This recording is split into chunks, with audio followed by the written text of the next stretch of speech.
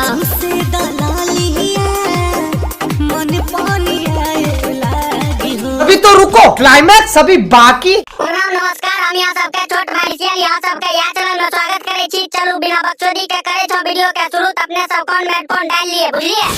रोशन दीवाना साथे करब रोजगार। अच्छा, रोशन दीवाना के साथ में करबी रोजगार जिया, पेलते पेलते दे तो पिछवाड़ा के फाड़ जी।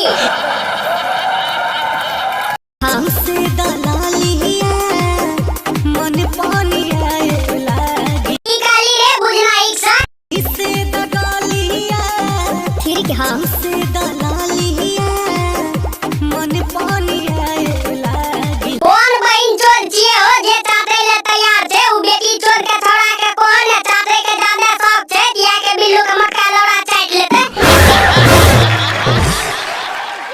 जीजा तोहर मोट हमर छोट दुखाए लागी हो। तहर मोट हमर छोट दुखाए लागी हो। जिए तोरा पता नहीं छो, चाम के थैली जते ठेली होते फैली बुझली।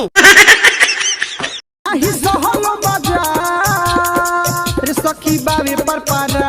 सखी बावे पर परा काहे हो भौजी, रात के किरासन लगा के रेल देले बता तहरा के कभी ले पर परा आवे। अब कोई के छोड़ देला पलंग पर।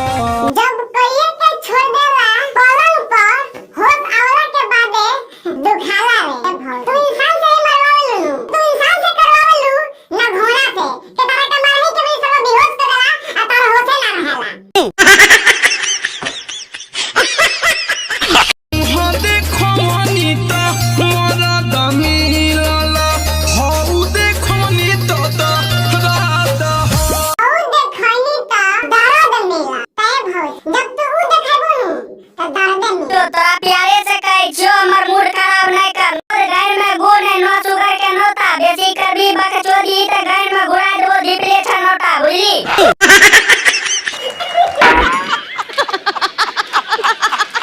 बस भैया लोग अहाँ सबके वीडियो बढ़िया लागल है तो चैनल सब्सक्राइब कर दो और बेल आइकन दबा दो। इंतजार करियो अगला वीडियो के लिए, तब तक के लिए बाय।